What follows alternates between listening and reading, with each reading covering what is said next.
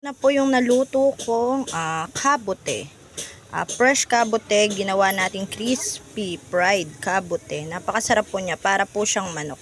Nilagyan ko lang siya ng 2 eggs and then chicken breading and konti pong harina. Napakasarap. Hindi po siya halatang kabote. Sausaw natin sa ketchup. Sarap. Fried kabote.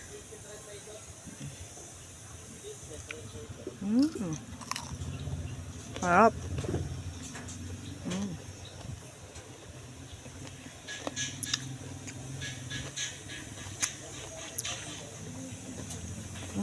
Masarap din po yung kabot, nilalagyan lang ng bawang saka maraming paminta.